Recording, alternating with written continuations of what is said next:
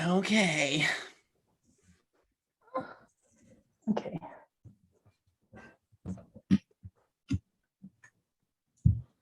Cherry Bolos. All right. Everyone ready? Go. Fire it up. Let's get after it, baby. All right. Oh, I was like, whoa. Hey, that was cool, dude. Sorry. How you doing? All right.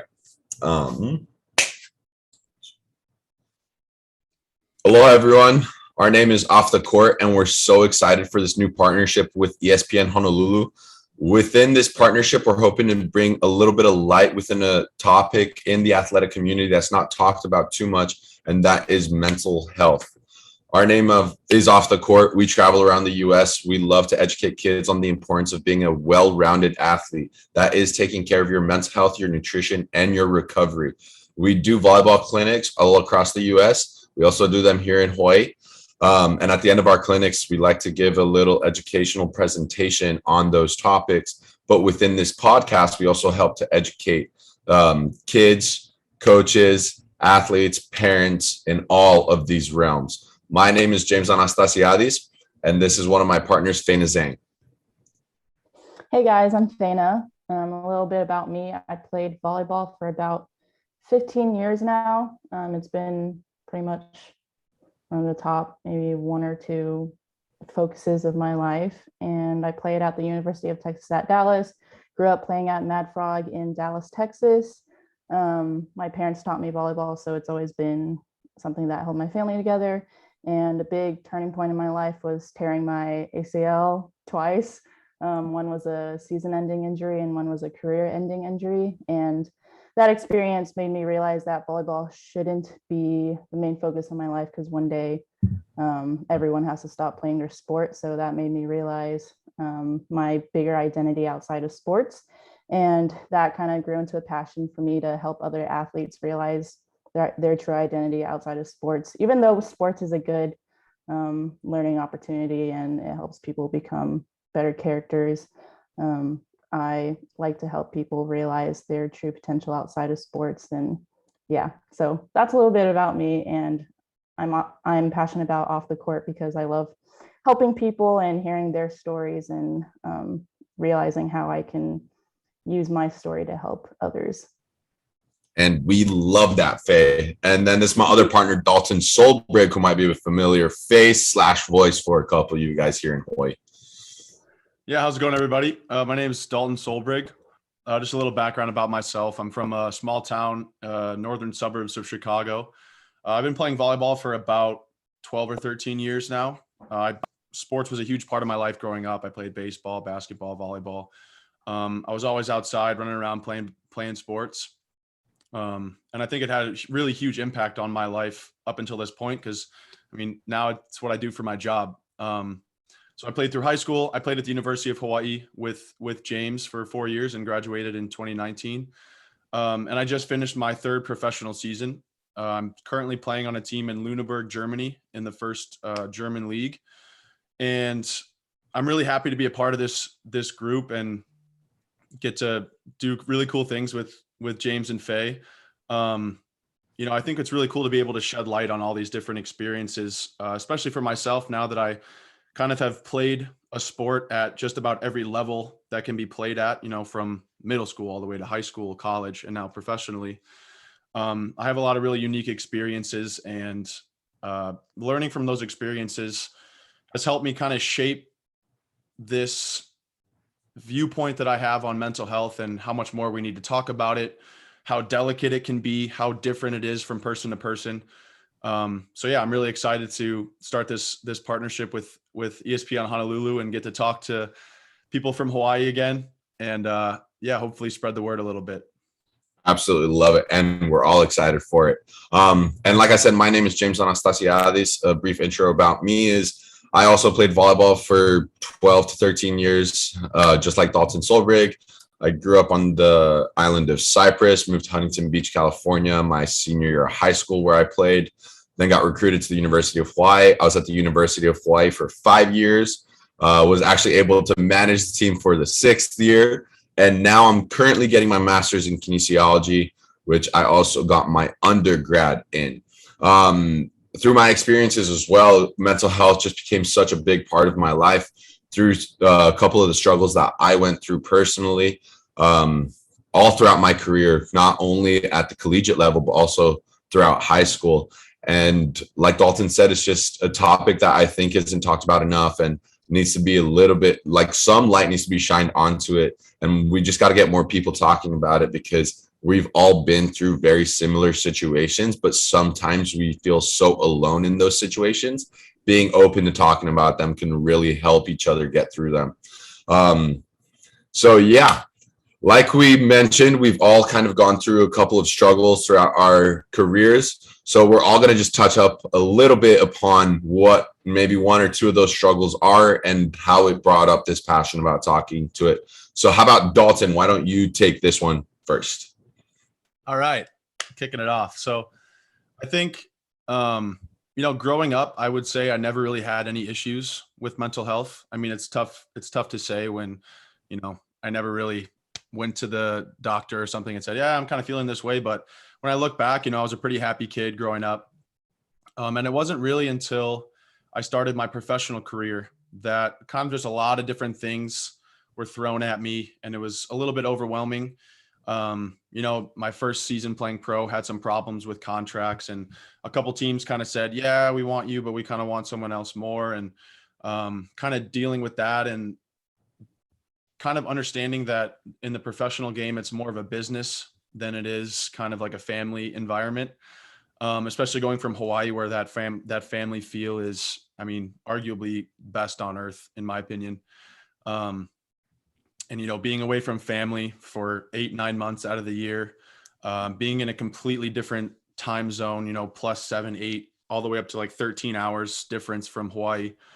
Not being able to talk to your family every day, not being able to see friends that you've had maybe in high school, maybe in college. Injuries was definitely also a big one for me. The last couple of seasons have been a little bit tough on the body. And as Faye, I'm sure we'll touch up on, going through an injury, there's a huge mental health part of it. And, a lot of people, they think about, oh yeah, I had an injury, I just got to rehab it and I'll be good. And there's a lot more that goes into it, on the mental health side, being able to be okay with not training for that long after you've been playing for, 8 to 10 years already, taking a break from it, deciding and kind of taking a step back is this even really what I want? And, in my case, through my injuries, it kind of opened my eyes to like, yeah, this is exactly what I want. Like, I want to get back on the court as soon as possible.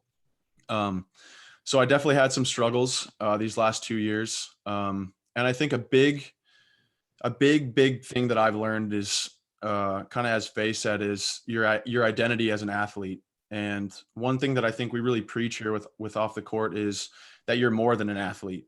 If you're in college still, obviously you're a student, maybe you're a brother, a sister, a son, daughter, there's all these different things that you are, not just an athlete.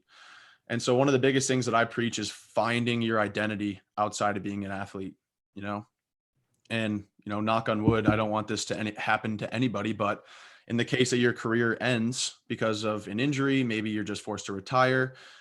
Maybe it's just that point in your life. Maybe you're like 40 years old and you're still trying to play volleyball and it's just not happening anymore. What happens then? And it's not necessarily that you need to have a super concrete plan of if something like that happens, but I think it's to kind of explore different things. Maybe you like painting, maybe you like music, maybe you want to start a podcast with your friends or start a business with your friends. Maybe you really want to start coaching. There's all these different things, and it's so important to have these kind of outlets, I guess, because if all you are is an athlete and being an athlete doesn't go right, then that's going to be really, really bad for your mental health. It's going to stress you out. It's going to be, pretty terrible for you. So I think those are the biggest things I've learned. And I think just in general, talking about mental health is one of the more difficult things that I've experienced, for sure.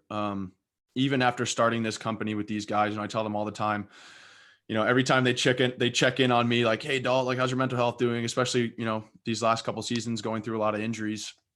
It's almost like my brain is just default to say, yeah, I'm good. I'm fine. Like, I'll get through it. Right.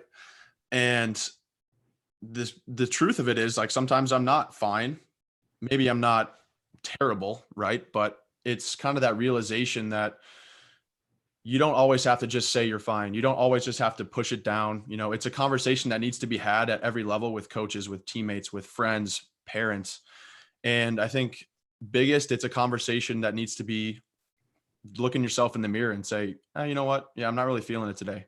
And I think that realization is one of the bigger parts of being open to talk to other people about it, and just making that conversation a whole lot more comfortable in the athletic community as a whole, all the way from the youngest athletes all the way up to pros, coaches, administrators, everything like that. So definitely learned a few things, and definitely some big changes that I think still need to be made. And that's kind of what we're working towards with Off the Court, and hopefully we can get there. Wow. That was spot on, Dalt. Oh my gosh. Yeah, that was a lot of really good stuff said there. Faye, do you want to touch up on like what you've learned through your experiences as an athlete, coming out of retirement and all that? Geez, Dalt, you took most of my answer. So yeah, a little bit more background about my story. Like I said, I grew up, in a volleyball family. Like, volleyball was basically my life. I didn't go maybe max like 2 days without playing volleyball or touching a volleyball. So when I tore my ACL the first time, I knew, like, okay, well, a lot of people go through this. I can get through it. If they can, then I can. And I knew I was a hard worker. So physically, I knew I could get back from it. But mentally, I was not prepared.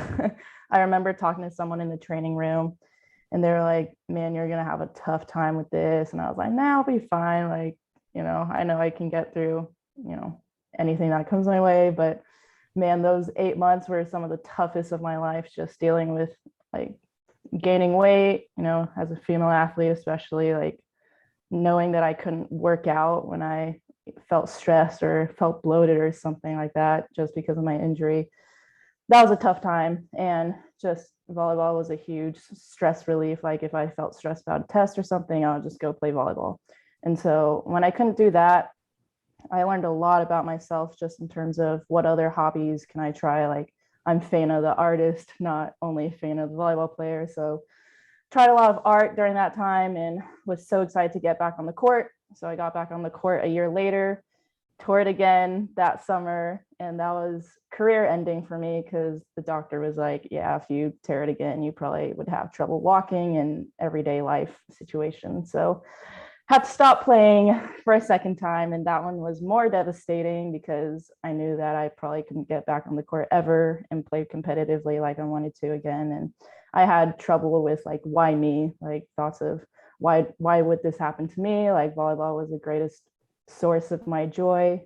So I actually went to therapy after that, because I just had trouble with being okay with my situation and trying to find other outlets of happiness for myself. And a huge background about me, like, I'm a pretty big perfectionist. So like, every aspect of my life had to be perfect. And so up until that point, like, everything was not in control for me. And so I had to learn a lot about just, letting life just being okay with how life is taking me, and like, it is what it is.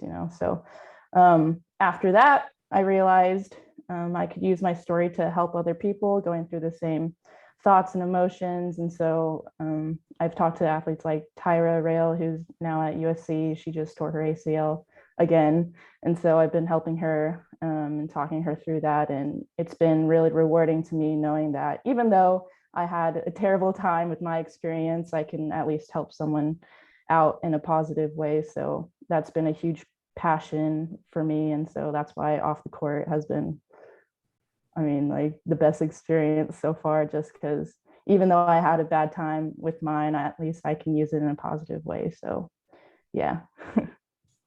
Love it.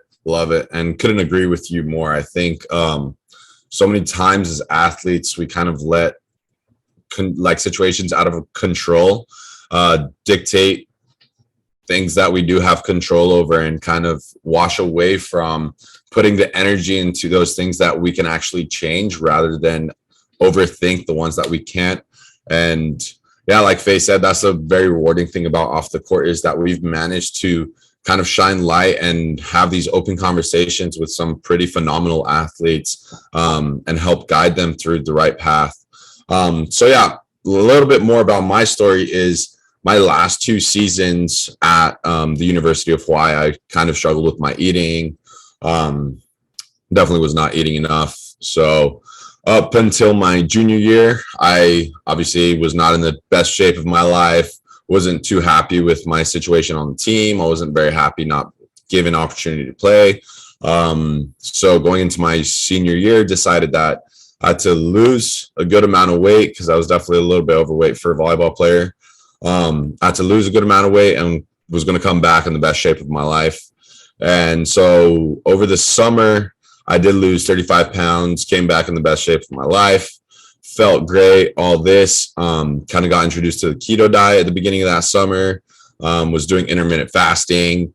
I was training 2 times a day, kind of everything that the grind hard, work hard mentality had, and the perceived work hard, play hard mentality for all athletes. I thought I was doing everything right, but that really wasn't the case when I got back to school, because I continued these habits, but my training had increased so much that I couldn't really keep up with it. The keto diet definitely isn't a diet for most athletes. If any athletes, honestly, we do need carbohydrates to help fuel our bodies, and we need those to stay in pretty much optimal performance. So through that, by October that season, I kept losing weight. I maybe dropped another 10 pounds. So I was 205 pounds, maybe sitting at 4.5% body fat, 5% body fat. And I was honestly miserable. I would go to practice. I wouldn't eat until 12 o'clock. I'd literally be sitting in class. I'd be sucking on halls, trying to like avoid the hunger. Because I knew that I couldn't physically eat until 12 o'clock hit. That was kind of the mentality that I was going through at the time. So I'd go to a 3-hour practice, finish practice, wouldn't eat prior or after. Then we'd have weights at 3 o'clock, and the only thing I'd eat in between there is maybe a salad with some chicken on it. And then I'd have one more meal, and then I'd just fall asleep because I honestly was drained from my energy. So we were sitting in my psychology class one day, going over signs and symptoms of eating disorders and anorexia. And I kind of had a lot of the symptoms that our professor was talking about. And then I remember vividly after that class, I kind of sat outside class for about an hour and had a little self-talk to myself. And I was like, damn, dude, maybe I'm not okay. Maybe a lot of this is the reason why my performance is starting to decline, why I'm feeling exhausted all the time, why I'm just super stressed out, why I'm super anxious all the time. So I remember right after that, I called my mom and I was like, hey, Mom, I really need to come home for Thanksgiving. I'm not feeling great. I'm not doing great. And I just really need to talk to you. So fly home, have this conversation with my mom, and we just kind of realized that I slowly had to make changes. Talk to one of the sports nutritionists that actually works at the company, physical therapy clinic slash gym that I used to work at, called U District. And he really helped me with making changes to my eating habits. But the issue with that is a lot of people don't understand is it's such a roller coaster of events when it comes to like coming out of or recovering from something like that, because you start to make slow changes, but you also start to see physical changes within yourself. And you're just like, damn, I'm either gaining too much weight again, so I need to stop eating and all this kind of stuff. So just kind of the roller coaster of events of struggling with eating, because it's something that a lot of athletes do worry about. It's something that a lot of athletes do have at the back of their mind is, I understand that I need to take my eating a little bit more serious, but it gets to the point where 1 in 3 athletes do struggle from signs and symptoms of eating disorders or disordered eating. So understanding the importance of taking your nutrition super serious, and understanding that food is fuel, it won't make you fat as an athlete, is so important to help optimize your performance. So through battling an eating disorder for about 2 years, I just grew this huge passion of understanding more about nutrition and understanding more about how athletes need to really fuel their bodies in order to optimize their performance. So many times we'll be at practice and we'll fall into the slump for maybe a month or two where our performance starts to decrease. And as an athlete, that doesn't only cause just like a lot of stress and anxiety because you're just like, oh, now I'm going to start losing playing time and all this. It also causes a lot of stress in the sense of, okay, what am I really needing to change? I feel like I'm doing everything right, but it's just not working. A lot of times it might be something as simple as just you're not eating enough, or your nutrition isn't where it needs to be, or your recovery isn't where it needs to be, or you know what, maybe you're just overdoing it in the weight room. So kind of through that experience of just overtraining and not eating enough, I grew this huge passion that maybe most athletes aren't educated as either coaches or strength and conditioning coaches think that they should be, which is my huge passion with Off the Court. I really want athletes to understand how they can truly optimize their performance, not only by, hey, you just got to train more. Like there's so many other ways that even just taking care of your mental health, in essence, meditating for 10 minutes a day can help clear a lot of those stresses that you might have at practice. So that's my huge passion with Off the Court through my experience. And then, 2020 COVID ended my season. So I did also struggle with what Dalton and Faye touched up about and talked about, just identity crisis. I was like, damn, all I've known for the past 10 years is volleyball. What's next, And I found a huge passion in coaching, and that's what I do now. And I absolutely love it. So yeah, that's a little bit more about our experience and kind of what we've learned. So I'm gonna have Faye start on this next one. Faye, what are you really hoping to gain with and kind of reach with this amazing partnership that Off the Court has had with ESPN Honolulu? Yeah, I mean, ESPN is huge. So, our main goal with Off the Court is just to reach as many athletes, coaches, parents as much as possible. And so I think ESPN will definitely help us expand our reach. We have a pretty good reach right now, and a lot of our, audience is in Hawaii, just since y'all two played in Hawaii. And so I think ESPN will help us further our reach and hopefully expand past Hawaii. We have some in Chicago and Dallas, but our goal is to just, be worldwide.